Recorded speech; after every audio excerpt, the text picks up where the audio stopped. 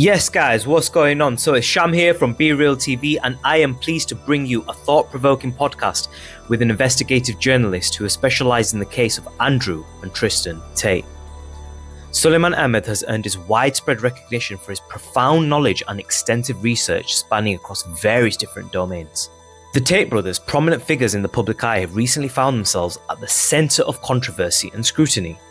But who are Andrew and Tristan Tate? Who was their father in Maury, and what impact did he have on them? It is curious to note that despite the mainstream media painting them as negative figures, numerous young and middle-aged men passionately attest to the positive impact that Andrew and Tristan have had on their lives. During our conversation with Suleiman, he unveils the complexities of the case and provides unique insights into Andrew Tate's mindset. Ahmed, renowned for his meticulous investigations, delves deep into the psychology behind Andrew's appeal to young men, setting him apart from others. Andrew's stoic philosophy, emphasis on hard work and discipline, and his efforts to address critical issues like suicide resonate with many individuals seeking personal empowerment. Whilst Andrew and Tristan are currently under house arrest in Romania, it is essential that we understand the events leading to their arrest and the potential implications. Ahmed sheds light on these details, offering his perspective on the consequences that may arise. Andrew Tate is known for his unconventional views on various topics, including his belief in the existence of a deep state within the Matrix. We explore this intriguing aspect and discuss how Tate's ideas have resonated with a significant number of people, particularly in the realms of mental health and personal empowerment. We also take a look at other prominent figures like Donald Trump and Michael Jackson, who also faced similar challenges due to their perceived opposition to the Matrix. Our discussion does not merely revolve around these topics, however. We also go into the areas of Russia and Ukraine, as well as the rising influence of China and its implications for the global geopolitical landscape. Additionally, we touch upon gender norms and explore the current state of the United Kingdom, including government policies that may disproportionately affect minority communities. As always, I challenge Suleiman and his ideas to foster a well-rounded and balanced and thought-provoking conversation.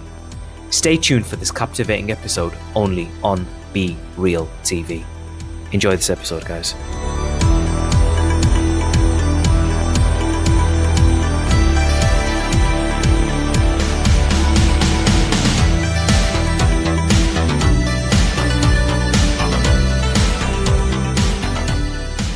Yes, guys, welcome to Be Real TV. Today we are joined by an investigative journalist.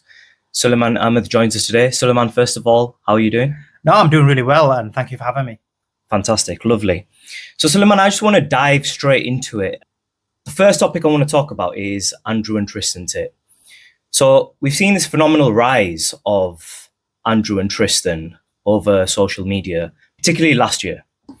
And they were born in America, is that correct? That's right, yeah, Chicago.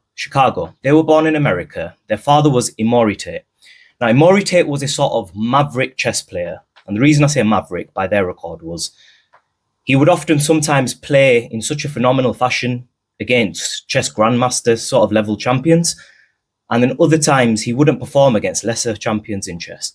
And the reason I wanted to start off on Maury is because he seems to have left this significant monumental impact on both the Tate brothers, which I believe has been a main contributing factor into their personalities, which have obviously crossed. It's been a phenomena. Now, I say phenomena, but we've also seen other figures such as Donald Trump. We've seen the likes of Elon Musk, Imran Khan in Pakistan. We've seen Erdogan in Turkey, and these sort of polarizing male figures we've seen. And this isn't, I believe, a recent phenomena. And I'm going to come on to why I'm mentioning all this in a moment. But I was reading a book by Peter Frankopan, The Silk Roads, and going through the history of the world from the formation of empires in the very early stages of the world. And the world has always had these masculine, polarizing figures that appear every now and again. And Andrew and Tristan Tate, the two brothers, are just another two people who have come in this succession of line of influential figures in the world. Now, they were, and I think the reason that they've really resonated with a lot of people is because they came from a very humble beginning. They moved to Luton, and I think they spent quite a large proportion of their life in Luton. And whilst being in Luton, they were kickboxing, and Andrew became a multi-time kickboxing world champion. And for those viewers who don't understand kickboxing and boxing, there is a significant difference between the two, because boxing carries with it far more financial gain. It is a more watched sport. You have pay-per-view, and it's a pugilistic science that has been around for thousands of years, actually, as boxing, and it's got a much larger following. So kickboxing is not that. But anyway, Andrew, he got to the pinnacle of that sport, but he didn't make a large proportion of money off it. He made some money off it. Shortly after, he was doing these videos and starting to gain prominence on the internet. And with the emergence of social media, the explosion of Instagram, Facebook, Twitter, earlier on we had MySpace, and it sort of developed as a social media world. And Andrew has managed to garner somewhat of a monopoly on it, whereas I don't think a lot of figures have been able to do and have the effect of Andrew Tate. Fast forward on, there's been this, what I believe to be a somewhat of a kind of like a cyber attack from different entities, because I was listening to his podcast with Valuetainment, and he mentioned that when they came to, I suppose, attacking the Matrix, he calls it. Yesterday, some people called it the Illuminati. This sort of group per se, when they attacked him, his multiple entities, they came from different corporations, they shut him down, and these different corporations operate in different jurisdictions and different countries around the world. So we've seen this now, and he's obviously been arrested. And I'm going to pass the floor on to you now, because I've done quite a bit of talking here to give this introduction. But my first question to you is, do you believe in this so-called Matrix, as Andrew Tate calls it? Other people have called it by other names in the past. There has been many allegations made against different entities from, when we saw the death of Princess Diana. Was that a conspiracy? And it's a conspiracy, right? Like, is there such a thing as the Matrix in your estimation? What evidence is there for it? Yeah. I mean, there is evidence of what Andrew Tate calls the Matrix, or what other people may call the deep state, or the military-industrial complex, or the mainstream media. And essentially, what one does is when he uses the term Matrix, people try and minimize the level of impact these entities have on society. And so people do try and take it to the realm of conspiracy theory when they talk about Illuminati and these type of things. But if you look at, ignoring that, if you look at the actual what's happening, you've got a scenario where the deep state has an incestuous relationship with the military-industrial complex, which has an incestual relationship with the mainstream media. And these three entities work in cahoots to ensure that they create a specific narrative. And now, and just to demonstrate that you can take any issue now what we've had, and we can look at any issue we've had in recent times, and we've seen these entities work together to ensure that they work in a single-minded way, in a single-minded thought, to ensure that they get the laity to agree to whatever agenda they have in place. So let's just take, for example, the Ukraine and Russia war. You had the military-industrial complex who benefits from it significantly. You had the deep state who made the decisions to basically fund the proxy war. And then you had the mainstream media propagate this idea and thought. And so essentially at the beginning of the Ukraine and Russia war, it was a propagation of this idea where any kind of non-obedience to this thought was completely stamped out. So for example, take any kind of sports stars. They weren't able to, if you were Russian, you weren't able to compete. They even had someone from Italy, I believe, who was an orchestra, who was asked what is, and he was from Russian descent. So they were basically targeting people from Russian descent. And they asked him, what's your opinion on Putin? When he gave a neutral stance, he was then removed from his job. So not that he didn't say a positive thing, but just holding a neutral stance ended his career at that point. So, and remember, sports, you have a very short span when you play sports. Just imagine not being able to basically play tennis or these different sports and basically your career stopping for that period of time. So that's an example of these entities working together to end someone. And you give the example of, for example, Andrew Tristan. It wasn't just social media. He was banned from Airbnb, from Uber, from PayPal. So it was from banking. So this was not just a cyber attack. It was a complete attack from various angles. And how it happens is through these entities working together. So you feel fairly confident that there is this conspiracy, which many people have alluded to in the past. And I think just what comes to mind, obviously B Real TV has predominantly been a boxing channel, right? And I think one thing that comes to mind is the likes of Muhammad Ali when he refused to go into the Vietnam War. And on the back of that, we saw the stripping of his title, this being pushed out into the cold. And he was struggling financially for a substantial period of time. And it wasn't until he met Joe Frazier, and Joe Frazier helped him, gave him a title shot, and then eventually got vindicated. And he was able to go back into boxing again and became this legendary, prolific figure in history, and he's been immortalized, I believe, Muhammad Ali has. Just perfect example. I just don't like to use the word conspiracy theory, because what essentially happens is when you use the word conspiracy theory, people assume that what you're saying is fringe. In reality, these things have significant amount of evidence. Like, this isn't a fringe opinion. It's well documented that these entities are benefiting, like Raytheon when it comes to the military industrial complex.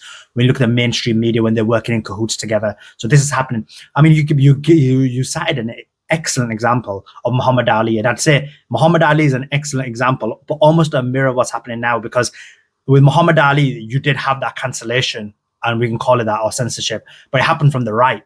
And now you're having this kind of control or censorship from the left, although there is like partisan or bipartisan support as well in these ideas. Because when it comes to deep state ideas, you don't see the left or the right disagreeing. They all agree. So Ukraine-Russia war, COVID, these are many examples of where, when it comes down to it, when it comes to major issues, the deep state works together, the military industrial complex and the mainstream media, which when you quantify it, one can call it the matrix, to essentially create an agenda or to cancel anyone they want. Okay. Interesting. You've gone on so many different topics there, and you've sort of, I suppose, put it all together, and you've explained how this machine per se works. Now, okay, I would like to cover cryptocurrency and Bitcoin particularly, and I wanted to know your thoughts. Do you know much about cryptocurrency and Bitcoin, and are you an advocate for cryptocurrency? So I would say my knowledge on Bitcoin isn't as strong as other areas, okay, but I have a rudimentary level of knowledge on it. So, I mean, I think there are benefits and negatives to Bitcoin.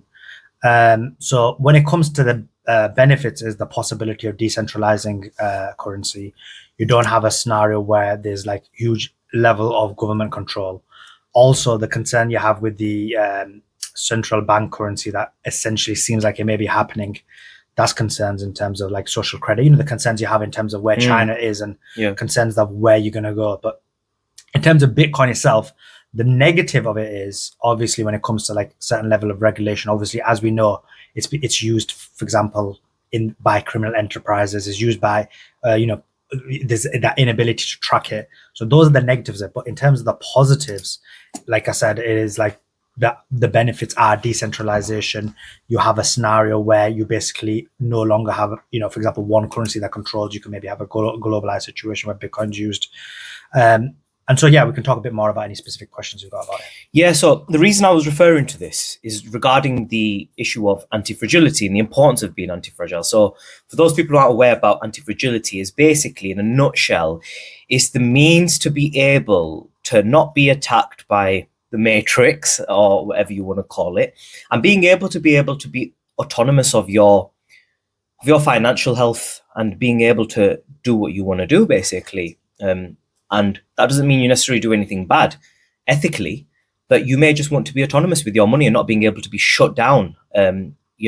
We've seen, obviously, and the reason I'm asking this is because we've obviously been speaking about Tate, and the Tate brothers have had their vehicles taken off them. They are currently in Romania. And I imagine they do hold some proportion of their wealth within cryptocurrency. Probably, I don't know, I'm speculating here, but I know they've spoken about their love for Bitcoin and that they believe, they believe in Bitcoin. I believe in cryptocurrency. They use it quite a bit, so obviously. But I wanted you to talk a little bit about the importance of anti-fragility for our viewers and why why you need to be anti-fragile. And perhaps on the back of that, you could just go into the Tate case as well and what's going on with them with their assets as well. Yeah, so the assets, as you said, were seized, and as were their Bitcoin wallets as well. Oh, okay. Yeah, so they were seized, unfortunately. So when it comes to Bitcoin, I agree with you. You need that. You need basically a scenario where you're not controlled by any government. You have this ability to basically move anywhere you want, and and a good example of that is COVID, where you essentially had the entire world or most of the world locked down. And if you haven't got this kind of anti-fragility, as you called it, you have a scenario where you're basically forced to, like, for example, in the US or in the UK, we were forced, for example, to be locked down, and then you're almost pressured to take the vaccine if you're in certain careers or certain jobs. So you need that in life. Now, in terms of Bitcoin itself, I have concerns about it, and I'll explain why. The concern isn't Bitcoin itself, but it's actions of the government against Bitcoin. The regulation, or the regulation of, for example, now in the US, they just created a bill which I'll just explain. It's the Restrict Act, and the Restrict Act was a bill that they created on the back of trying to convince people that they were going to ban TikTok. But essentially, when you read the bill, it was, first of all, another example of the Matrix, as you call it, or we call it the deep state, because there was going to be mass surveillance as per what you had in the past in terms of Section 702 and, Bush and Cheney when they did the retroactive surveillance of the American population or the American people. But this bill itself, it was going to cause surveillance, but also in it was the ability to criminalize the use of any kind of digital currency that goes against the United States digital currency. Wow. Or the digital market. And so essentially it was a coveted attempt to put into policy an opportunity to basically take out Bitcoin when they want to, and crypto. I think it's good. I think it's extreme. I'm not a Bitcoin maximalist. Like, I have some people, and I've noticed this, which is I have a different philosophy with Bitcoin, but some people out there who, if I'm not sure if you've spoken to people who are Bitcoin maximalists, some of them are related to me, some of my best friends, they believe in Bitcoin the same way, in the same sort of passion that a person believes in a religion. For them, it's more of an ethical principle due to Bitcoin's lack of the ability to be able to control Bitcoin. And I believe that Bitcoin is going to play a vital role in the future, because I think we will eventually see the rolling out of central bank digital currencies across the world. As the central bank digital currencies get rolled out, I imagine China will probably be one of the first countries to implement it. And then that allows them to be able to control and be able to shut off, per se, wallets or whatever the means in which they implement it. That remains to be seen, but will have a substantial amount of control over people's finances. And I do think we're moving towards a world where we have a cashless society. I think that is inevitable. We are seeing that. I think there has been a push from the banks to do this. And I think that we will continue to see this ramp up of a digital world. We will. I totally agree with you. I actually think that what they will do is criminalize other currencies. Do you think Bitcoin will be included as part of that? Because criminalizing Bitcoin and other currencies, I believe that 99% are complete shit. Yeah, true. But Bitcoin, maybe Ethereum, and one or two at the top tier level, I believe, and particularly Bitcoin. Do you think they will criminalize them ones? Well, the Restrict Act was definitely put in place to give them the ability to do so. And we know once that power is given, generally speaking, they use those powers. So yeah, I do have concerns that they're going to do that. Hence why many people within the crypto industry also were vocal against the Restrict Act. So I wrote like a large thread against it. And part of it was about a cryptocurrency, but once the crypto guys found out about it, they became vocal because it is a massive concern. In terms of crypto itself, as you said, I mean, there are benefits to it. There are negatives to it, like the level of volatility is huge. I mean, you saw now where basically Bitcoin it's gone to 30,000. And it was only 20,000 just before the bank run in the United States. I was at a blockchain event in London, not too long ago. Actually, it probably is a while ago, about a year or so ago. And there was a head of technology of the Bank of England was there. And I asked him about the use of the current cryptocurrencies that are in existence. I think obviously Bitcoin can't do it because it's for various reasons without going into depth on it. Bitcoin just it's too clunky. It is it's more of a store of value than anything else. Well, also Bitcoin, as well, it's limited. Yeah, isn't it? So and I'm not degrading Bitcoin in the slightest. I own Bitcoin and I'm an advocate for it. But I think for this sort of thing, it has to be another cryptocurrency in my estimation. And my question was mainly predominantly around Ethereum, because Ethereum remains the only cryptocurrency that has been able to progressively develop itself to fit, let's call it the narrative, i.e. the climate change, with climate change going on and it's massive carbon use and so on and so forth. And they've moved to, with the proof of stake element and all that. So, but the response was, we're going to develop our own central bank digital currency, and we're going to use that, and that's what we're going to use. And that's obviously Rishi Sunak has come out with this term. What was it? Britcoin. And so they are trying to. I think the world's in a rush now to create central bank digital currencies. But I think what the leading country, the United States, what they do will really set the precedence for other countries. Will the United States go towards a cryptocurrency that's already in existence, or will they create their own? Because the United States has never really created much. It's always been give it to corporations, give it to private institutions, and they've always been an advocate for the free market as the United States historically since its inception. Do you think the United States will actually want to create its own CBDC? Yeah, I do think so. Yeah. When you look at, for example, a lot of the literature that's out there, there wasn't just the Restrict Act. There was the act that came out before it. I forgot the name of it, but I did read it. All these are basically examples of them basically making moves to essentially create their own digital currency and also criminalize or give themselves the opportunity to criminalize all alternative currencies. So yeah, I do think that we will move to a digital market, but whether Bitcoin will be criminalized, I think there is a chance that will happen. Okay. Nice little few minute chat about cryptocurrency. I needed to get that in there because my heart was just filling with wanting to talk about it because I'm passionate about crypto. But Let's move on. Let's go back to Tate.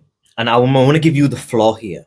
And I want you, with your deep embedded knowledge on the Tate issue, because that's what really caught my eye. When you're online and you're on Instagram and a beautiful girl pops up, she catches your eye.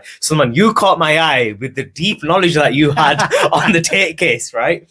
So I want you to explain to me in detail from a very high level overview, from the complete basic sense of where people don't have much knowledge on what's going on with the Tate case, and then go down to the granular level for me, explaining about what happened with the Tate case, why they were arrested, and just giving me a breakdown up until the present day where we're at now. Sure. So basically they were arrested on the 29th of December, and the charges they were arrested on was human trafficking and one allegation of a rape or two. Essentially what happened was when you look at the information, the claim was that these women were basically held without their will. Now, when one looks at actually what happened, it's far from the truth. So you had one woman from the United States who had only been in the Tate house for 5 days. So her entire lifespan of this human trafficking was 5 days. And some of that as well, the Tates weren't even in Romania. And the second thing, and so what she did was she influenced the other woman who'd already been there, and she was from the United Kingdom. Now, why I'm mentioning these countries is because, and why it's important is because sometimes one is put under the false impression that these women were taken from countries where, they're very poor and they have no other opportunities, and therefore they were almost had no choice and basically were forced into this business. But in reality, these women weren't. They were basically they came from affluent countries. Now, what happened was when the woman from the United States came, she influenced the one from the UK, and then they claimed that they were basically, and they actually didn't claim anything. What happened was when she was there, she texted her mother, and her mother called the US embassy, and then there was a raid. Now, there possibly could have been a complaint by the girl's boyfriend as well, but that's not been verified, but being claimed by the Tates. And then after that raid happened, what happened was you had a scenario where you have the raid, the girls leave, and then 3 weeks later they went to basically a luxury resort in the south of France. So again, the question becomes how were they able to finance that? So either they were making a lot of money, so hence again it goes against human trafficking, or someone paid for it. Now, in terms of the claims itself, is the CCTV footage showing that there was no human trafficking because the women were easily moving. They were going in and out of the house, outside the house, and the men weren't there, like the Tates weren't there. Similarly, there's been leaked WhatsApp messages. And in the leaked WhatsApp messages, what it shows is the girls were basically said that, that the Tates weren't bothered whether they leave or not. So if the Tates aren't bothered, that means there's no control. They had access to their passports, they had access to Uber, and they were regularly texting their parents and, people in the outside world. So again, it shows there wasn't physical control, and they showed there wasn't psychological control, and so therefore it doesn't meet the standards of human trafficking. In terms of the rape allegation, there was three other witnesses present when this alleged incident happened, and they all are saying that it didn't happen. And lastly, you got a scenario where those two women are the only the main people who are complaining, because other women who allegedly were the victims, they've actually come out and said, look, we're not victims.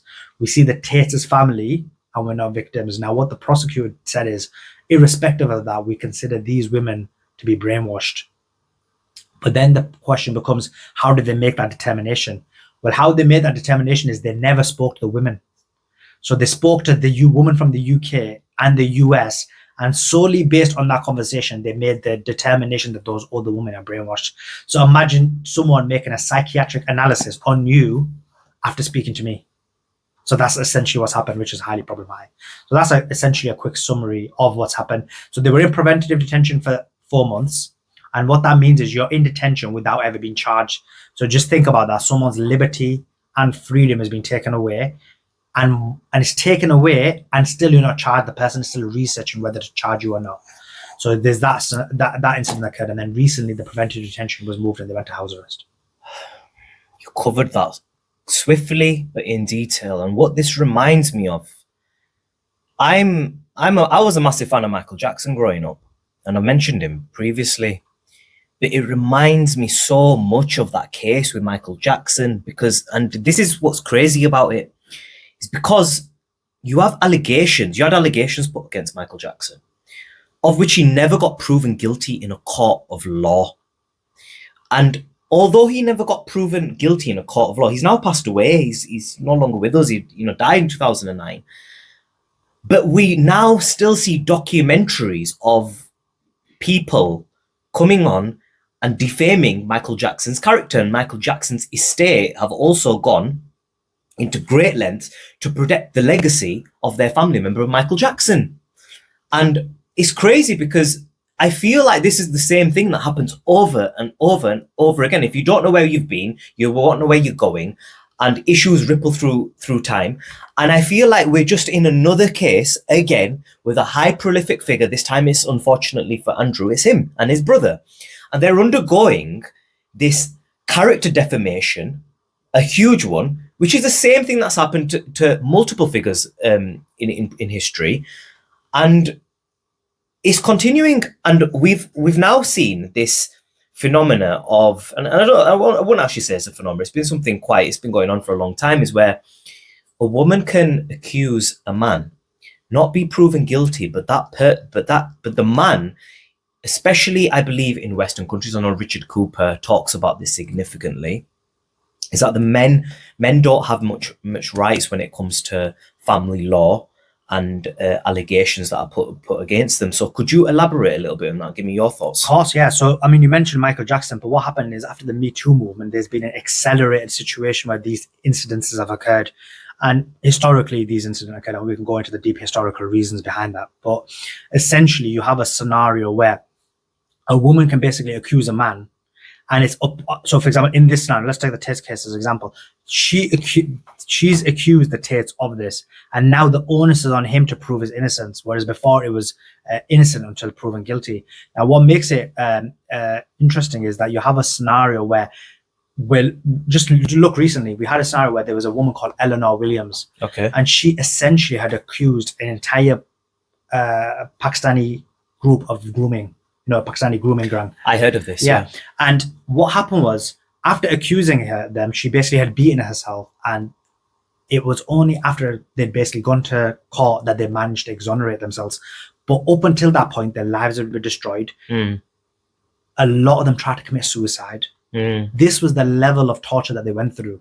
And that's the society that we're in now, where you have to believe all women, and it's up to the man to prove his innocence. And a good example of that is like when it comes to celebrities or rich people, they have something called risk management. And part of the risk management is they actually have money set aside for false accusations, that if a woman says, look, and she could prove that she was in the same location, not that the incident happened, but that she's in the same location, they will pay out. And so and that's why 98% of cases, civil cases in the US, end up in settlements. And so essentially, you have a scenario where now, again, men are accused, and let's be clear, when men are accused, it's a lot of times it's minorities as well. And that happens a lot more to the minority population. And so you have this scenario where they always having to disprove themselves. And that's a huge problem. And obviously there's wide-ranging issues behind that, why women basically accuse men. And we see that from the past in terms of, for example, with the KKK or on the plantation, where you'd have a scenario where a woman would basically have relations with a guy who was a minority and then accuse him of rape. So this is not something new, and it was happening consciously, and data shows that it happened from the plantation or regularly up until the Second World War. And obviously data doesn't demonstrate this, but it's continued to happen to the minority population. That is in the data, but I think it still happened now consciously or subconsciously. So it happened to like Benjamin Mendy, it happened to Mason Greenwood, it happens to like many footballers and sports people who are basically their lives are taken away without ever being charged. You've seen this current government have taken quite a strong stance on, as the term has now been absolute again, this is the same thing that we see again and again. It's the headline, it's the overarching argument. Put it in your face. Michael Jackson's a pedo, Andrew Tate is a misogynist, Muslim grooming gangs. It's like this, these words that they pump out. Yeah. And we've seen it take place again. Muslim grooming gangs, and the government are taking a strong stance against Muslim grooming gangs. I'm sure you probably are, because you seem to have a bit of knowledge on everything, I shouldn't say a bit, quite a deep knowledge on pretty much all the topics I've asked you about thus far. But do you believe that the government are well within their rights and that they're doing the right thing by targeting specifically Muslim grooming gangs, or do you think it's disproportionate? So I just want to let your viewers know this was not planned, but I've recently debunked this whole idea. Okay. On Twitter, and got no response from the alt-right or any of these famous alt-right people, both in the US and UK. And I know my thread was sent to them. So let's be clear, this whole idea of Pakistani grooming gang is actually completely false. Okay. So what happened was, you do have some Pakistani grooming gangs. So obviously we're not stupid. We don't deny the existence of them when it happened, but it's not disproportionate. What the data shows is actually, so what it was based on was this. There was a Muslim guy called Majid Nawaz, and he was part of Quilliam Foundation. Okay. And he created a fake study, essentially, which had no academic basis, and said 85% of grooming gangs are Pakistani. This was debunked based on academic literature, as well as a number of articles, and then the Home Office report. So his one was debunked. But then I went back and checked, like, what is the basis for this idea that there was Pakistani grooming gangs and the notion that it was disproportionate. And what I found is it was based on a COCP study from 2011 and 2013. Yeah. That COCP study is flawed. So I debunked that. But then just to give them some basis, or just to to talk about it, I then looked at that study and analyzed it. So first of all, that study only involved 308 people. Wow. So imagine doing a study where you only involve 308 people. And even in that study, where they said that it's Pakistani grooming gangs, they separated grooming gangs into two things. One was tier 1 and one was tier 2. Okay. Tier 1 is you groom, and not children, adults. You groom adults, but for other people. So essentially a pimp. Okay. Do you get it? Yeah. And that, according to that study, was 100% Pakistani. Oh, sorry, 75% Pakistani. Okay. 75% Pakistani. So just think about that. So that means they're not into grooming from a sexual perspective, but it's from a grooming perspective, so pimp behavior, according to that study. But tier 2 is somebody who actually enjoys doing that kind of behavior. And that was 100% white. Interesting. So what they're using, it shows is, and that study is flawed anyway, that Pakistanis were pimps, but it was actually white people who actually partook in that kind of sexual behavior. Okay. Now, separate to that, they also make you think or believe that this is happening to children. And actually it's not. We just had 2 reports of white grooming gangs. One of them was for children aged 5 to 12. Yeah. And the other one was for from children age 14 older. Right. With adults in it as well. The second point is, when it comes to the Rotherham grooming gang, 6 people were, so there was a few, so one of them was Rotherham. The Rotherham grooming gang, there were 6 people convicted, 4 Pakistanis, 2 were white women. So 33% of them were white. So there is 3 incidents where there were Pakistani grooming gangs, but this idea that's disproportionate is incorrect. But you know what is disproportionate? Child pedophilia in the white community. So it's disproportionately too high, both for young girls under 13, young boys under 13. I just found this out when I was researching this topic. It's disproportionately high in terms of bestiality. So those are things disproportionate. But what's not disproportionate is this idea of grooming, and also rape. When it comes to raping both adult women from a penetrative perspective and children, that's completely disproportionate when it comes to the white community. You know, I was listening to Jocko Willink the other day, and he made such an interesting, he put it so eloquently, that he wishes that we could see people in terms of their skin tone the same way we look at people in terms of their hair color. Because you wouldn't look at somebody with brown hair. I haven't got any hair. I've got some. It's thinning. But you wouldn't look at somebody with brown hair and think to them, label them with something because they got brown hair, or label somebody because they got black hair. But we tend to do that with the color of somebody's skin. Having said that, you've made some interesting points there. But I'm going to ask you another question, play a bit of devil's advocate here. Do you believe that in the Pakistani society within the United Kingdom, that although statistically, which is very important, they are not disproportionate with grooming? Do you believe that the reasoning of why we have Pakistani grooming gangs in the UK and why they commit it is different than their white counterparts? No. I mean, if according to that study, yes, because the study seems to suggest that they do it for financial reasons. Okay. Because they're essentially grooming, but for basically for other people to actually partake in that act.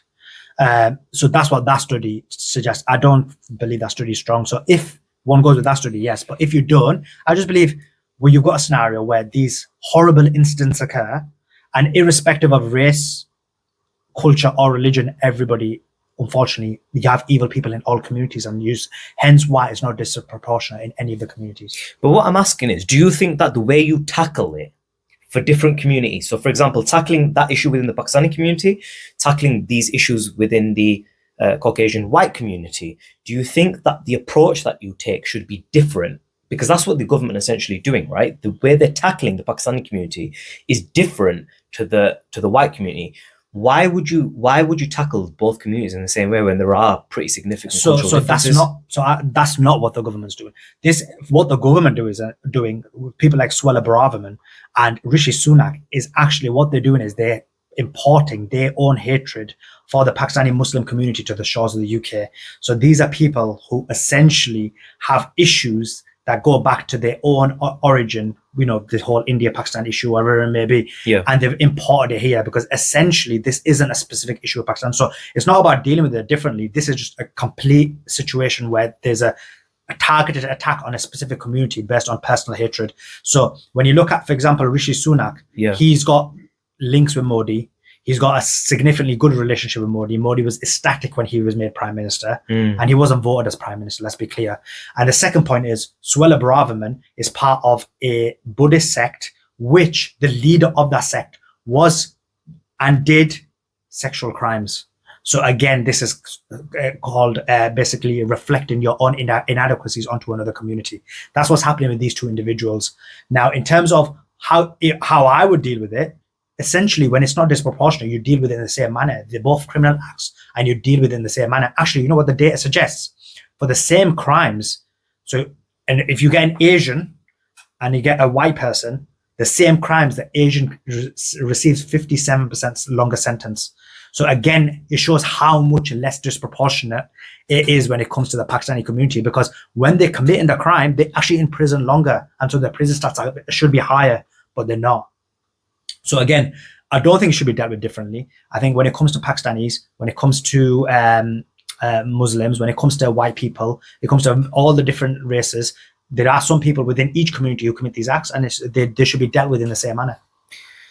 It's interesting now. So these, obviously, we've got the current government, and you've touched on the ties to sort of, the India and Pakistan issue, and we've seen these issues taking place in Kashmir where there's been atrocities, where the global powers that be, the UN, etc., they have had absolutely minimal impact on the Kashmir issue. And I believe it is a human rights violation. We've seen Imran Khan crying out about it for the longest time, and there hasn't been much done about it. Do you believe that this is basically within the UK, we are seeing a targeted attack against the Muslims of the United Kingdom, and that this current government, with the leadership of, Rishi Sunak, who has a heritage of India and he has very close ties to Narendra Modi, we have seen that. So you believe that this is that same rhetoric coming through over to the UK? For sure, now? and let's be clear, Modi is someone who oppresses the Muslim minority people within his nation. Right? He does. So I do believe that this is this ideology that has been imported into the UK now. And it's not just against Muslims. Obviously, this is happening against Muslims. But then, if you look at the rhetoric that Suella Braverman is doing against the migrant population, you see basically the borders basically being open carte blanche for Ukrainians, right? Where they're basically given they're given visas, they're given refugee status, they're given housing, they're given financial support, right? And then when it comes to other minorities, other refugees, they've been sent to, or they want to send them to Rwanda. What's the difference between the Ukrainian refugees and other refugees? Ethnic background, isn't it? Exactly. I wanted to sort of go into this a bit later, but I think we should probably do it now. Is you mentioned Raytheon. They aren't the only military corporation that the West use. Okay, when I say the West, I mean Europe, Britain, the United States. Isn't that just the case that the United States and Europe and the United Kingdom, that they operate in a free market? And in a free market, they don't produce military equipment in the same fashion as Eastern Bloc countries do. They use private corporations, right? So the setup of the Western countries is such of the free market. Now, I believe strongly in the free market, and I believe that the free market has been prosperous, particularly for the United States. We haven't actually seen a country like the United States and their rise to prominence. Any country, be it China, China has risen. Don't get me wrong, China has risen. But I believe that what the United States has done and the development of the free market and the development of the computers, the cameras, and everything that we have today, the vast majority of stuff that we have today, the innovations that have taken place on back of the United States development and the free market capitalism. Now, capitalism can go too far, and capitalism does have its issues, but it has worked and it has helped these countries prosper. Now, I feel like there is this narrative that's been created of West and East, and that the West is sort of, some people will say the West is all bad, and some people will say the East is all bad, and it's difficult to sort of find that fine balance. Now, I want to go particularly on when you were speaking about military corporations and their operations that take place. Now, don't you feel that there is an argument to be made that in the West, we have certain values, okay, which not everybody agrees with. And there are some things that we have now recently developed in Western values that a lot of people in the West don't agree with, but they are being pushed onto people through different means. Having said that, we still see in China, Uyghur Muslims undergoing persecution from China. We see several other countries suppressing free speech. Now, I'm not saying that the West has complete autonomy of what you can say, but within the United Kingdom where I live, I still feel that I can say things that I cannot say in Eastern Bloc countries. And if you are in some countries in that sort of Eastern Bloc, if you say things, there have been situations where people have been completely silenced. I would like you to just comment on some of them. Some of that Of course, stuff I you said mean, there. you made a few interesting points. So first of all, I agree with the concept of free market, and I do agree with you when it comes to innovation. The West has been the forefront of all forms of innovation, and I do think the East, when it comes to China, they're always behind. And you look at it, a lot of it is basically using Western concepts to basically develop their technology. So I agree with that. The problem is that when it comes to like these military industrial complex, that's not a concept of free market, because what you're essentially doing is they're not letting the market decide. They're causing wars so that they can then capitalize on the products that they're producing, which is slightly different. So they're basically causing a situation and creating a market situation which naturally wouldn't develop. So that's what's different about it and what makes it highly problematic when it comes from the deep state point of view. So just before you carry on, just on that, respectfully, do you not feel that's subjective?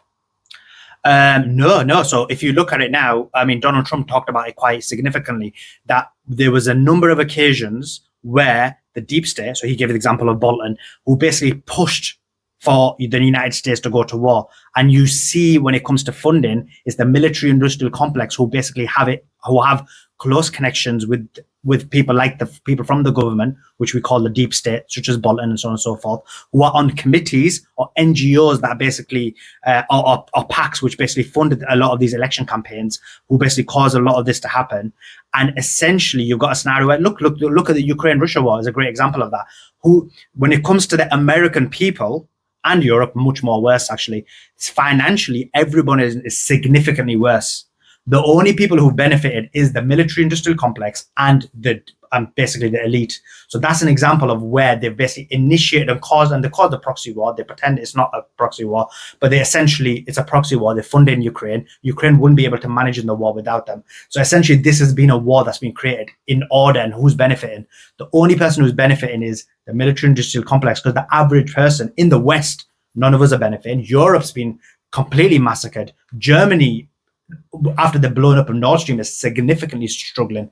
So these countries in total are struggling. And then when it comes to America, the working class people are struggling. So those are the people who have significantly been impacted. In terms of your second point, because you made a really good point, it was about free speech.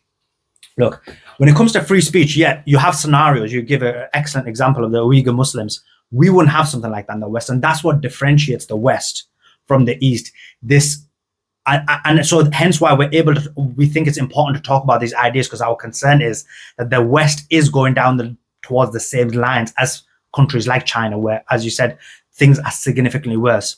But in terms of speech specifically, my view is at the moment in the West now, we're given this veneer of free speech, but in reality, we don't have free speech. And I'll explain to you why. So essentially, let's say now what we want to make comments about, let's take a liberal leftist concept, the LGBTQ community, right? So as somebody who's in, let's say, the medical profession, or somebody who's in the teaching profession, if you were to make a comment, you would lose your job, you would lose your license, you would lose your career. So how true is this concept of free speech if you're going to lose your livelihood? Losing your livelihood is one of the most major things you can do to somebody. So we don't have it to the extent where you can go to prison, as you can do in certain, like maybe Arab nations or certain countries that you can. And again, this is a concept of safety and free speech, which is again another concept. But in terms of specifically free speech, there are significant limits that we have now that we never used to have in the past. And the concern is that we could go in the future towards, like, for example, the way China is. Okay, so let's go on to free speech. Okay, so I don't believe it's our business, being in the West, concern ourselves completely with the East, because we don't live there, right? I live in the United Kingdom. True. You do as well, right? Yeah. My primary concern is the United Kingdom. Yeah. Okay. Now, LGBTQ plus, you're right. So you've mentioned LGBTQ. Now, there are people within that community who are dear friends of mine as well. Yeah. Okay. Now, I believe in respecting people's belief systems, even if they differ to mine. Okay. But then I'm a Muslim as well. Okay. And although I may disagree with a certain concept, and my religious beliefs will carry a certain underlying discourse, right, which I follow, it's important that I don't hurt sentiments of people, because on the flip side of the same coin, Muslims, I believe, a few years ago in the UK were particularly targeted. And I believe that's gone down a bit, because what happens with the narrative and the mainstream media is they will latch on to a particular area, a particular concept, and they'll latch onto it and they'll drill it and they drill it and they drill it. Then they move on to a new concept and they drill it and they drill it and they drill it. And then tomorrow it changes and they focus on different narratives. So where do you draw the line between hate speech and what hurts people's sentiments? Yeah, I mean, you made an excellent point. So when it comes to the LGBT community, I agree with your sentiment. We respect people, whatever their beliefs are, whatever their ideas are, whatever their lifestyle is. There's no burden on us to speak about these issues, and neither should we as well, because each person should live life how they want to.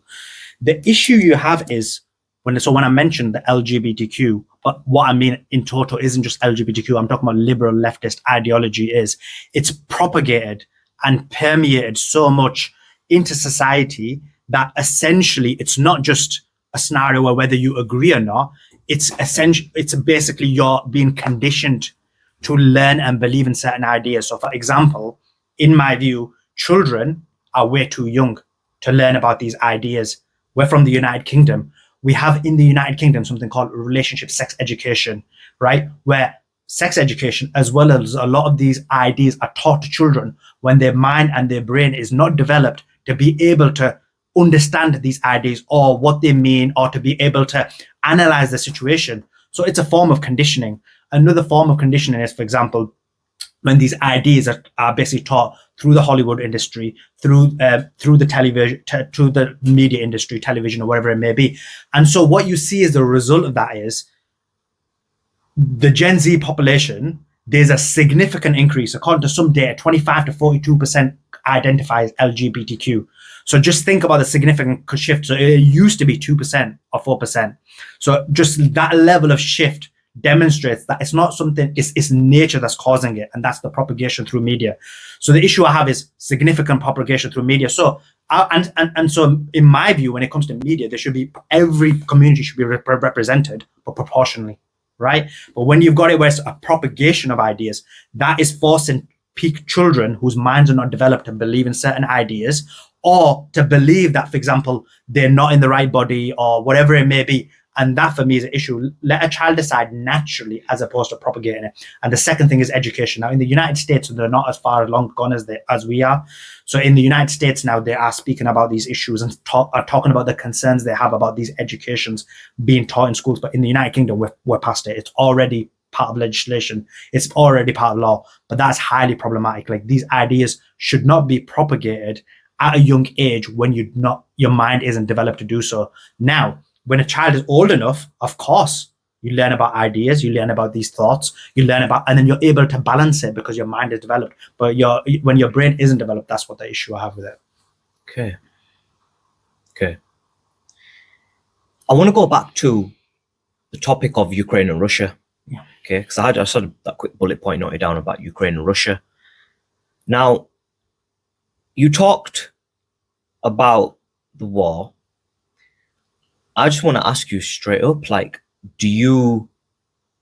which side are you on in terms of, or are you not on a particular side? No, I've got a position. If you've got a position, can you elaborate your position, why you take that position on the war with Ukraine? Of course. So I take the position that there should be peace. So for me, any life lost is one life too many. And so how does one get to a situation where they have peace? So essentially, in my view, what should happen is they should have a peace. So when you got the annexed regions and the separatist regions, I believe that they should have a revote. I know there was a vote, and the argument from the West is that the vote wasn't fair, right? Because it was basically Putin had forced everyone to essentially vote that they want to basically be annexed. So in my view, what should happen is you can have a vote, and it could be a joint oversight by the Russians as well as the UN to ensure that the vote is done in a fair manner. And then based on that vote, follow that vote. But in addition to that, I believe that what should happen is there's an agreement, which is what Putin wanted, that the West no longer supplies Ukraine, which is on the border of Russia. And the second point is that the West agrees that Ukraine does not join NATO. I think that would be a fair compromise, and essentially what Putin asked for, except for the oversight of the annexed and separate regions, which is something that he should agree to, because there's a give and take in any type of negotiation. And I believe that would cause peace. But essentially what they've got now, and remember, in the war, they've basically taken most of those regions already. So I believe that's the right thing to do. In terms of, in the past, we can talk about that if that's your question, about who I thought was in the wrong. Yeah, that was going to be my next question was, do you agree with, because there are arguments on both sides, right? Whether Putin, was being pushed into it, and there's another side of the argument that he invaded. Do you agree with what Putin did by invading Ukraine? I don't agree with what he did in terms of invading, because that initiated war. But in terms of, do I believe that he was in the right in terms of his arguments? Yeah, I do. So he was right that Ukraine shouldn't be basically militarized and weaponized, and both by weapons and financially. He was right that Ukraine shouldn't have joined NATO. So when Donald Trump was in charge, we didn't have these issues, because there was a agreement, not vocal, but a gentleman's agreement that, look, Ukraine isn't going to join part of NATO. And he was looking for the same assurances from President Biden, and unfortunately he didn't get them. So from that aspect, he is in the right. Just imagine now if for example, Russia had Ukraine militarized Mexico, or any kind of border region with the United States, it would have been deemed completely unacceptable and would have been seen as an act of war. So that's my perspective on it. Interesting. Okay, so let's focus on Donald Trump now, because I had a list of things to talk about, and what's interesting is the structure in which the conversation's going has kind of tilted backwards. So it's all good as long as it's flowing and we're talking. It's interesting. Okay, now let's focus on Donald Trump now. So I don't believe that any president or elected leader is perfect, and I think that what you have, and this is one of the main problems that you have in the world today, is this thing called the evil man theory. Okay. Now, back when I was in my studies many, many years ago, I'm a bit older than I look, Suleiman, yeah? Right? Many years ago when I was in studies, I spoke to a professor, and we had conversations about a very polarizing figure. I'm not going to mention the name, but a very polarizing figure in the world at that time.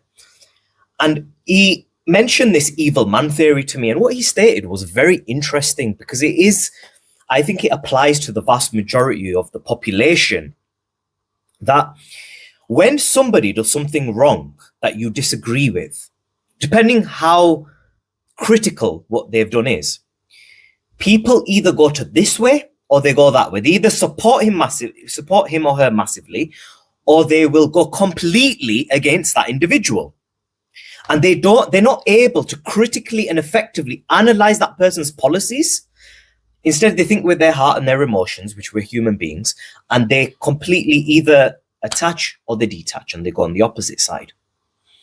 I think the way Donald Trump curated his election campaign prior to coming into power was very different to what he's now doing moving forward. He's taken a completely different stance in the way he's approaching it. He's a little bit more subdued. He's less divisive. But I, for one, have supported the vast majority of Donald Trump's decisions. I believe he was actually one of the better presidents. That's my personal stance with it. Okay. But correct me if I'm wrong, wasn't he also funded by the same companies which you mentioned, Raytheon and the other? Yeah, I'll answer that question. So, corporations. I mean, just out of a few of your points I want to answer, because you made some really good points. So the first point is in terms of, I forgot what I was going to say now, but I'll answer that in a second. We'll go to Donald Trump then. So in terms of Donald Trump, look, the evil man theory you talked about, I agree with you to an extent, and I guess certain people who are polarizing, yeah. But I mean, now society's changed significantly. And remember when I talked about, for example, the mainstream media and the deep state and the military industrial complex working together.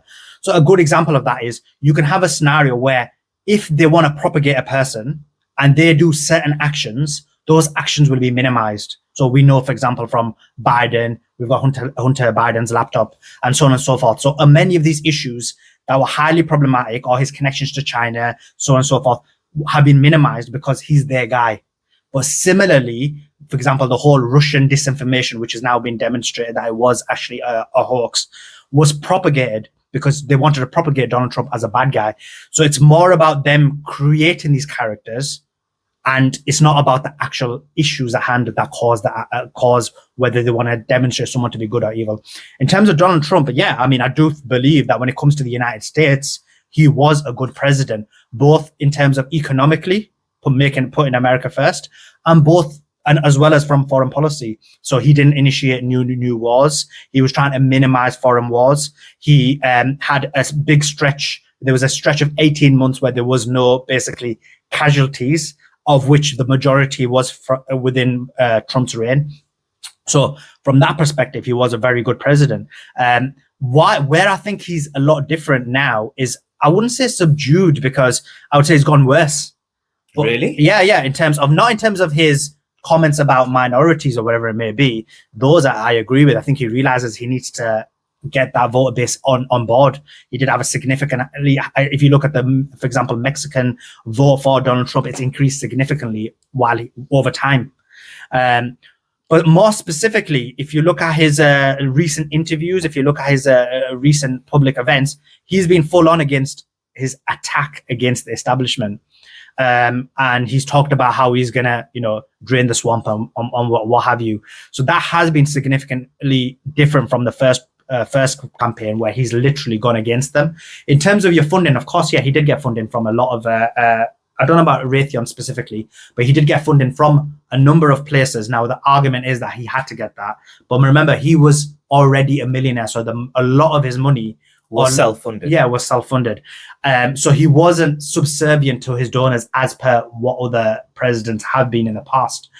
But at the same time, when you look at Trump now, the reason why I believe that they won't allow him to become president again is his focused attack on the deep state.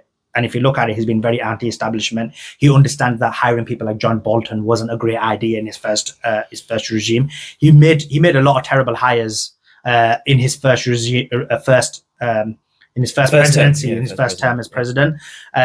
One hopes he's learned from that, and it looks like a lot of these comments that he's making, he has. Okay. Let's touch a bit more on Donald Trump here, right? So, firstly, actually, before we continue on Donald Trump, I want to ask you categorically, because we've spoken quite a bit about the military corporations, right? Now, I'm going to go on record and say what I think about the military corporations. So, firstly, the likes of Raytheon we've mentioned a few times, but there's other ones as well, right? Lockheed Martin and so on and so forth. I feel that, I'm a massive advocate for the free market. And I'm going to go into specifically why. One is because we've seen all this innovation, which we spoke about earlier. But the second part to it is the products that the free market can make. And I know you mentioned that these corporations don't operate in a complete free market because they essentially they can block, right? So let's say, for example, Apple could block the entry of other smaller corporations coming into the mobile market through patents and so on and so forth. Having said this, if you look at it overall, the products that the United States has made in terms of their military equipment, barring maybe, say, the AK-47 Kalashnikov, right? That is a beautiful weapon. But barring specific examples, overall, the United States, and when I say the United States, I mean the corporations of the United States, particularly these military institutions, these corporations have developed some of the most finest machinery that has been made in the history of mankind. And it's that machinery that is used to protect the borders of the United States and Europe and Britain. And although it's not perfect in the UK, so although it's not perfect in the US and Europe, because from what it sounds like, you do support Donald Trump.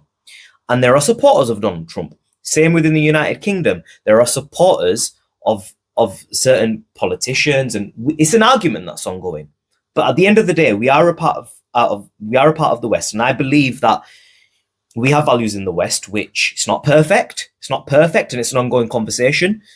But my loyalty stands with the West. I live in the West. I eat from the West. I'm raised in the West, right? My family, my friends, everything is from the West.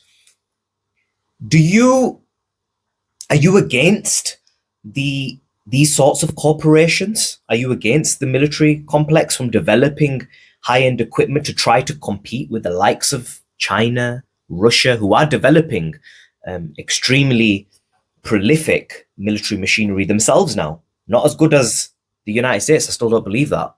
But what's your take on, I suppose, do you think they should be defunded? Do you think they shouldn't be developing as much because it keeps us safe, no?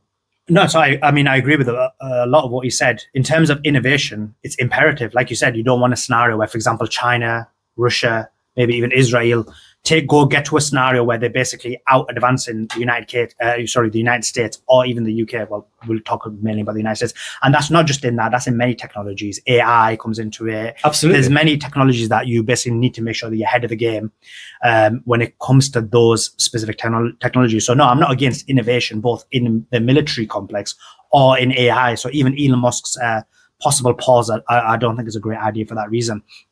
But when it comes to specifically what the scenario out here, we don't have a scenario where it's a free market. That's my argument against the military industrial complex.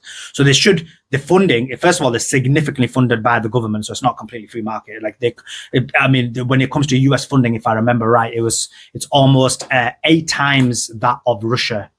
So when it comes to the US, they're funding the military industrial complex significantly. Again, one can make that argument why it's needed. So that's a separate argument, whether it should be that much, whether it should be a reduced amount. The issue you have is when they're dictating policy, when they're dictating foreign wars. That's where the line is drawn. And so when it comes to, for example, when you've got a scenario where these free market corporations are dictating those ideas and then essentially reaping the financial benefits, I don't believe that's a complete free market. So what you're basically, correct me if I'm wrong, what you're arguing is that the lobbying that takes place from these corporations within the US political regime, that's what you're against. But you are not against the, I suppose, development of these corporations, but you would like to see more, give smaller companies more of a chance within the sort of military complex. So I'd say not just lobbying, but the control they have. They have significant control. Okay. So I wrote like a Twitter thread on this, demonstrating the control that the military industrial complex have with the mainstream media and the deep state in terms of the Ukraine. And I use the Ukraine-Russia example, or Ukraine-Russia war as an example. So there's just incestuous relationship, like they're on the boards of each other. They basically dictate policy. So that's what I have a problem with. Okay, Suleiman. So I think we've gone quite into depth on the sort of military side. Let's touch back on base on Donald Trump. Now, Donald Trump, a lot of people dislike him. And I think it comes back to that sort of evil man theory, because he said certain things when he got elected the first time. He mentioned a lot of comments about Muslims, okay, particularly. And he mentioned several negative comments about Mexicans. And people felt hurt by that. And having said that, he hasn't been mentioning this sort of thing a lot recently, not that I've seen anyway. Do you believe a lot of what he said was simply to get into power? Because what he actually did when he came in, a lot of it, I believe, was quite positive, what Donald Trump did. The majority of it, like I stated. But do you believe that his rhetoric change was because he wanted to get into power, because he wasn't part of the establishment in the initial phase?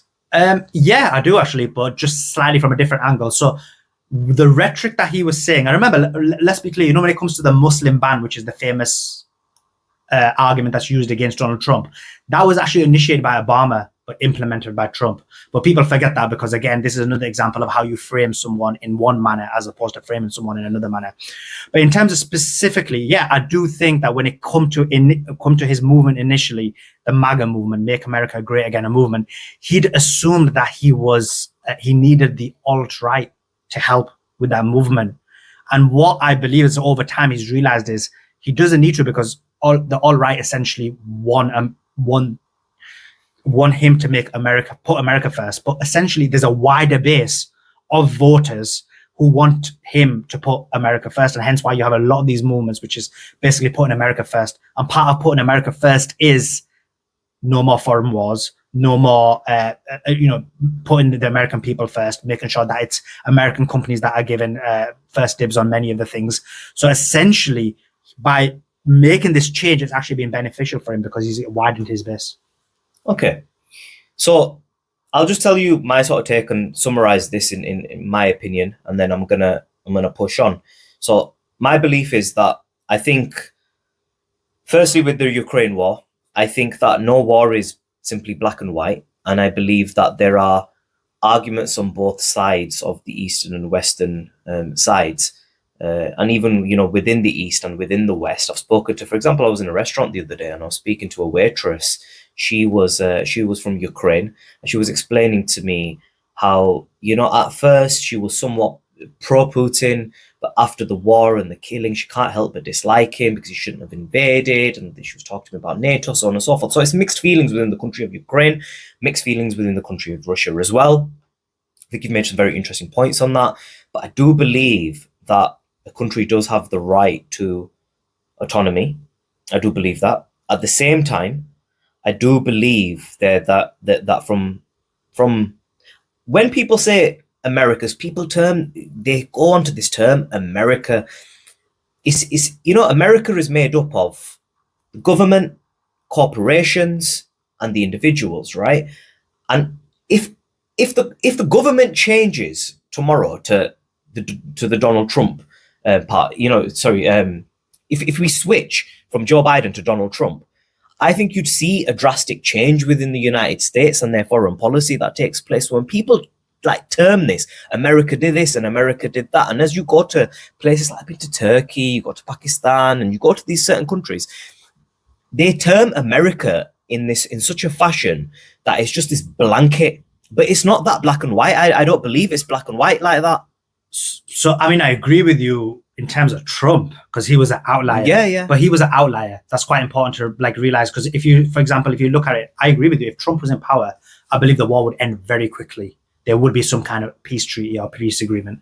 So I agree with you there. But I mean, that's an outlier. So for example, if you look at Ukraine, let's take Ukraine as an example. They're subservient to America. They overthrew, they entered the Minsk agreement. Merkel quite clearly, and the French president quite clearly said that they did it on purpose. The agreement was done in bad faith because they always will continue to militarize Ukraine and put them in a stronger position. We know they did a coup and were part of the coup to overthrow the Ukrainian government, which was elected democratically. So, I mean, the fact that America, as we call it, or the United States, having this focus on Ukraine and ensuring that they control Ukraine has happened for a number of years. Okay, interesting. Okay, let's push on.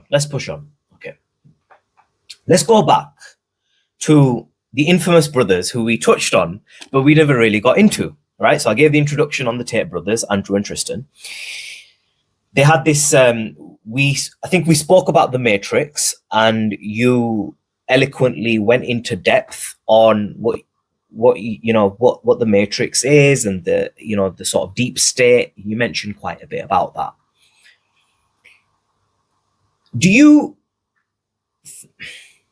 think that Andrew and Tristan are a positive influence overall, in your personal opinion, 100%. on the populace? 100%. Can you elaborate why? Of course. So if you look at both of them, but more specifically Andrew Tate, he is focused on a demographic, first of all, that is completely forgotten. But I mean, that's not the only demographic he's focused on, and that's not the only demographic that he benefits. He benefits a wide range, and we'll talk about that later on, I assume. But specifically, we've got a scenario where, when it comes to current modern liberal leftist society and the advent of feminism, you've got a scenario where young men are disenfranchised. They have no one who speaks to them. They have nobody to look up to. In the United States, a lot of them are basically single parent households, especially when it comes to minority communities. And so he has given these young men, a role model. And remember, these men, you have a scenario where men commit 400% more suicide compared to women, right? Mm-hmm. Adolescent men, so teenage men, are committing suicide 400% more than women. young men or men are 400% more homeless in terms of rough sleepers compared to women. So you have this scenario where all of these, look, just think about that. Like, life is so hard that they're having to commit suicide, and it's happened in such a disproportionate rate. And yet nobody is speaking to them, and nobody is giving them hope. And so his message is giving them hope, is speaking to them. He's telling them to put their life in order. He's telling them to basically have a controlled lifestyle. He's telling them to go to the gym. He's telling them to basically do well in business. He's telling them to do all these things. And I think that is important and imperative in today's society, to basically speak to the disenfranchised and speak to a community of people who nobody is speaking to. I agree with you, but I take a different angle on this, because I don't believe that young men have been completely forgotten about. Particularly, I can only speak for the UK. I do believe there are avenues in which men can go to get mental health help. And I 1,000,000% agree with you. And I think I've become more aware of this as I've gotten older, because I've started to understand things about people that I've grown up with, other male, who you think growing up, you thought that they were, just mentally completely, immune to mental health issues. But the fact that I personally am more aware of this now, I think a large proportion of that comes down to the awareness that has been raised regarding men's mental health. And I think there are avenues that men can go to. But the issue is how effective are their mechanisms for men? Because men, obviously, biologically, we're different to women, right? I imagine, I'm not a doctor, but, hormone-wise, and our internal system is completely, the way our brains are wired is completely different to a woman. The way men have evolved over years, the tasks that we undertook for thousands of years cannot be undone. And I believe that the large reason, the overarching reason as to why Andrew Tate has connected, because he has connected, so it goes without saying, Andrew Tate has connected with not just young males, but he has also connected with another demographic, which is the older males between 30s and 40s. And I think that goes understated. And I'll tell you why that's crucial. Because at that age, in your 30s and 40s, men have the ability, a more profound ability, to be able to critically analyze what they're watching and what they're listening to. The fact that people in that age demographic are listening to Andrew and Tristan, his brother Tristan, and agree with a lot of what he says speaks volumes to the message that he is giving. So I do believe he has, and because it's the way that he delivers the message. His message isn't one of, stay in bed, take a few days, relax. It might work for some people. That I'm not saying that's not a good message for some people, but I think his message of kind of kicking your ass in a way and showing that if you work hard and that if you have a stoic philosophy, a stoic mindset where you reflect on yourself, you think about stuff, if you've got issues, you don't just let yourself go in terms of your personal feelings, in terms of your demeanor. You compose yourself as a man, you take that energy and you transfer it into positive directions, whether that's the gym, exercising. And he is the benchmark for that, because in that metric, Andrew Tate is an ex-kickboxing world champion. He looks like Hercules when he's in shape. He's added a little bit of body fat since he's come out of prison. But generally speaking, both the Tate brothers are in phenomenal shape. In addition to that, they are extremely well coordinated, right? They're anti-fragile. They're very well put together in terms of their businesses that they run, in terms of their finances, in terms of the way they articulate themselves, and they don't let their feelings really be shown. And I imagine that through what they've gone through, they will have gone through. I mean, we look at Michael Jackson, what he went through over his life, and it completely eradicated him up until the point he was dead. And he went on to substance abuse and, so on and so forth. So I believe that the reason Andrew Tate resonates with young men is, I believe, his ability to be able to connect and look at you, and being in the stratosphere that he now is, to still be able to connect with a young man at the age of 21 or a young man at the age of 32, 33, to understand what it's like simply having your heart broken, or whether it's being on the streets and struggling financially, having mental health issues. He actually went through it. So I believe that his message and the way he delivers it is effective. And I think that the institutions can learn a lot about how you actually deal with mental health issues. So I believe in that sense, he has had a monumental impact on young men. And I think that following that he has is due to young men feeling indebted to him. Do you agree? So, I mean, you made a few interesting points. So I'll just try and go through them. So the first point is in terms of male suicide and mental health help. So the fact that we're still having the suicides means that essentially, if those individuals are actually seeking medical health, as you said, there may be an issue with the mechanism or the way that mental health is helping them or not helping them in the right manner. That's the first point. And the second point is, it's essentially a scenario where the deeper question is, why are these men having these issues in the first place, and why is it so significantly disproportionate? And so I do think it goes back to basically men being forgotten, not realizing, not having structure in life, not having a male role model, and so on and so forth. Now, you hit an excellent point that he isn't just appealing to the young demographic, but he's appealing to the entire demographic. And it's not just men as well. He appeals to women as well, because essentially you have a scenario where there's a lot of women in society who want to basically follow certain gender roles in society, or they want to follow certain monotheistic ideals.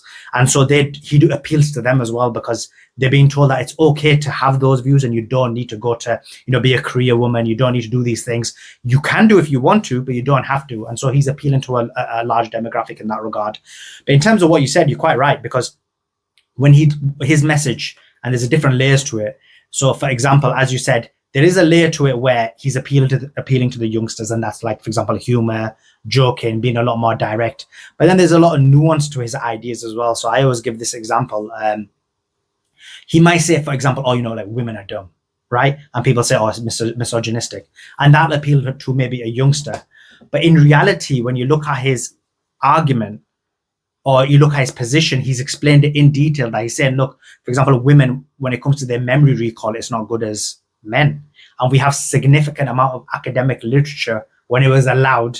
Obviously nowadays, this type of academia is not allowed as well. But when it was allowed, there was a significant amount of data showing that when a traumatic event occurs, a woman's recall is significantly worse than a man's recall. And hence why, for example, within the Islamic tradition, we have this idea that you need 2 female witnesses as opposed to 1 male witness. But similarly, he's making the same argument that when it comes to memory recall, it's worse. And there was academic studies in the 80s and 70s that demonstrated that. So that's an example of why, when his arguments, they have a lot of depth in it, they have a lot of layers in it, and hence why he is appealing to, again, not just younger men, but older men, as you said. So I completely agree with what you said. I think with regards to women, I think it's important to state that, and I'm sure you'll agree with this, that I was speaking to a young man who's a boxing coach now, and we were talking about women's boxing, and obviously a man he has a more dense bone structure, his muscles, his ability to be able to lift weights, and a man is just generally stronger physically than a woman. However, women have a higher pain tolerance, I would argue, than men, because they can go through childbirth and they can take a significant portion of pain. And I think when you look at boxing, you actually see this, because it's quite interesting in that when you watch women boxing, they tend to take an enormous amount of turbulence and beating before they give up. And you do often see men giving up, even at the elite level. We recently saw Ryan Garcia in the United States take on Gervonta Davis, and he was unable to take that body shot. Just on that, the reason I'm mentioning that is that I believe that if you are a woman, you should have the right to do what you want to do. The right to pursue what you want to pursue. And I think that crosses over to all humans, regardless of your race, your gender, right? You should have the right to be able to pursue what you want to pursue.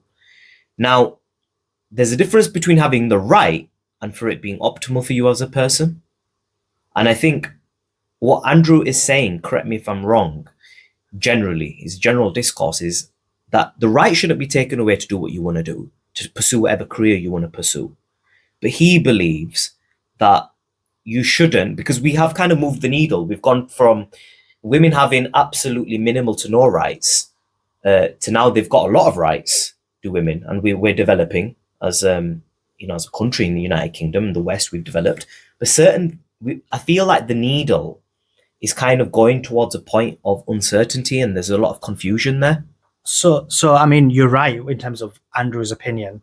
In terms of women, of course, they should be able to do what they want. There's a few points I want to make as well. When it comes to boxing, men's boxing and women's boxing is completely different. And you may be right that women can take as large a volume of punches, but I mean, the actual punches are going to be not as strong as a man's punch. Absolutely. So again, there's that difference.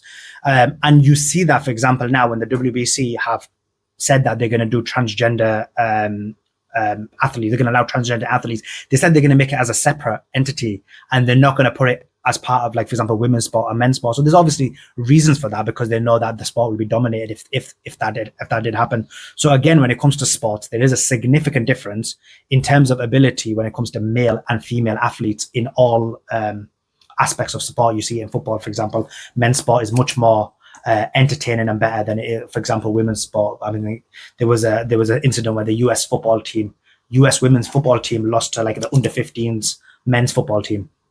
Now, in terms of what you said, of course, everyone has the right to do what they are. I mean, I don't completely agree, just to gently push back, that women had no rights. They always had rights, but essentially the argument was that there should be more specified rights. So, for example, people always talk about voting, but voting, when it comes to voting, it was considered as in one vote per household, as opposed to women not having rights. And so when it comes to it now, yeah, look, you've got a scenario now where what's happened to the West? Look at the Caucasian population. It's dying. Look at the UK, Germany, and it's not just the Caucasian, it's the Caucasian and Asia as well. So South Korea's in there, Japan's in there, China's in there. Their birth rate is so low, so significantly low, that they're unable to maintain their population. That is gonna cause, and data completely shows it, a population collapse. So you're essentially seeing in real time the collapse of a civilization. And it's happened because of extreme feminism and taking the woman out of the household. Now, yes, a woman should have career, but again, it goes to the scenario of why has this extreme shift happened? Because again, you have a scenario where liberal leftist ideology has caused a significant shift in the mindset of people, to the extent where women are not having children. So have a career, of course, but women are not having children. So in the West now, there's always the data which shows is you're meant to have 2.1 children to maintain your population. And that's not happening. So, for example, in South Korea, it's 1.1. Sorry, it's 0.9. In Germany, it's 1.1. So you're essentially seeing in real time the destruction of your civilization, an aging population, a youth population that's unable to maintain that aging population. So that's the problem, what we're seeing now in real time, and seeing the destruction of the civilization. And we can talk a little bit more about how what we're seeing now is something that happened in the past and will happen in the future, because all civilizations, and Tom B wrote about this, follow a certain structure and certain pattern. You see a start of a civilization and you see the end of a civilization, and we are seeing the end of it. Interesting. I think that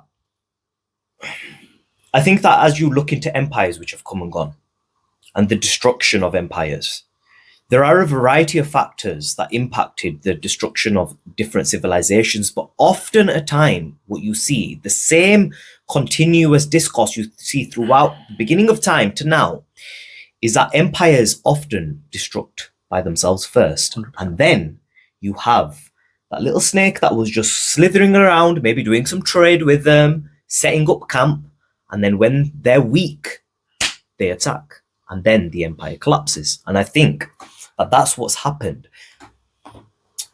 Now, with the United States and this sort of split between East and West, we're seeing this rise. I like empires. This is quite interesting. We're seeing this rise of the Eastern Bloc countries. And it remains to be seen and I believe that China is the main country behind the Eastern Bloc. You have other contributing countries as well, but China remains the main frontrunner and the main competition to the United States and the Western world. And personally, I dislike a lot of what China stands for and a lot of what China does. I'm not an advocate for China. I will always, and I'll go on record and still state this, that the US and Europe and UK, we're not perfect as countries, and we need to improve as, as nations, and we need to improve our culture, if you will, over here, if you want to call it that, and our ideologies. But they are far off it. And I believe that if they start to garner more and more control, we don't know where China and what their plan will be, because China, maybe you'll remember better than me, but they had a situation with Sri Lanka, and China's sort of model has been, and we see this particularly, I'm going to refer to Pakistan because I understand Pakistan's a little bit more, but particularly with Pakistan, where Pakistan is situated, and they've got the Indus Valley running through Pakistan, the way Pakistan has been situated in the map of the world is that with China, they have the ability to be able to flow through down to the Arab nations and be able to get fuel and sort of, I suppose, spread their wings across to the West, being able to sell their goods, and they're utilizing the Silk Roads to do this. But their model is very different from the IMF and the traditional United States model. Their model isn't about giving a loan and then we want control of your government or whatever the argument may be. China will actually go and take your land, and they will take a large proportion of what you own as a country, and they will infiltrate you in that sort of mechanism. We've seen that with Sri Lanka, we've seen that with Pakistan, and we see it with other countries as well. What's your take on China? And do you believe that China is a danger to the West? And what's your take on it? Yeah, I mean, I had to just echo what you said and just add a bit more information, because I actually agree with you. When it comes to the West, there's a reason why they were the apex of society. And the values and the opportunities that we have in the West, we wouldn't have in any other nation. And I do have concern about certain communist nations taking over. And we've seen it in the past. Maybe things could be different in the future. I mean, we saw when Russia was in charge, how much totalitarianism happened in Eastern Europe. You had a scenario where many religious people, for example, Muslims, had to bury their holy text underground because they were afraid that they were going to be a complete eradication of their entire history. So I completely agree with you there. And when it comes to China, I do have significant concerns. I agree with you. Like China, what they did was, which is quite smart, as opposed to the United States, who basically invaded countries through the military, they invaded without without using a weapon. So they did significant investment in Africa, as an example, and took over and basically took control of the entire infrastructure. You mentioned Sri Lanka; they basically control the ports in Sri Lanka, and so essentially now, so they have the significant amount of control in these areas in that regard. And it should be of concern. And now, in terms of this idea about BRICS, I don't think it's as much of a concern as people make out. I know China has done certain deals to basically not use the dollar, but I don't see a scenario where the dollar is going to basically lose its function as the main currency. And the reason for that is because you see there is a decrease, but it's not to the prevalent levels that we have that would cause a collapse in maybe 10 years or whatever it may be, which some people who believe in the BRICS nation may argue. Now, coming down to China, you're right. They're a totalitarian nation. They're a nation that basically have complete control. And in addition to that, I do believe that when it comes to China, as you said, they have taken over many countries by, as you said, invading in this manner. But essentially, it's not just that. My view is that they've done it in the West as well. There was a complete proliferation through the West. Many people, and through covertly, and obviously we won't go too deep into how it was covertly, but Glenn Greenwald writes significant articles about, for example, how Rupert Murdoch, how he was married to a Chinese operative and how she was married to many other people. But also on top of that, from a overt manner, and a good example of that is, for example, social media applications such as TikTok, which has proliferated certain ideas to the youth, has proliferated certain thoughts to the youth, conditioned them in a certain manner. Yeah, of course, propaganda. So yeah, I have significant concerns in that manner. Okay, interesting. Suleiman, before we shut off, we've covered many areas. One thing I forgot, because we started just getting into such a deep conversation, it's very interesting, right? And I like challenging people. Everybody I try to interview, I try to challenge them, regardless of what my personal beliefs are on the issue. I will always try to challenge a person, and I believe that you've really come through that quite well, and I'm very impressed by your deep array of knowledge on these different areas that we've covered. Thank you. Can you tell me a bit about your background and just go through a bit about your background, how you've managed to develop this deep embedded knowledge you've got on these array of different topics? Yeah, I'd say, my background educationally is initially I did a law degree, and then became a maths teacher, and then did a master's in philosophy and currently a PhD in philosophy.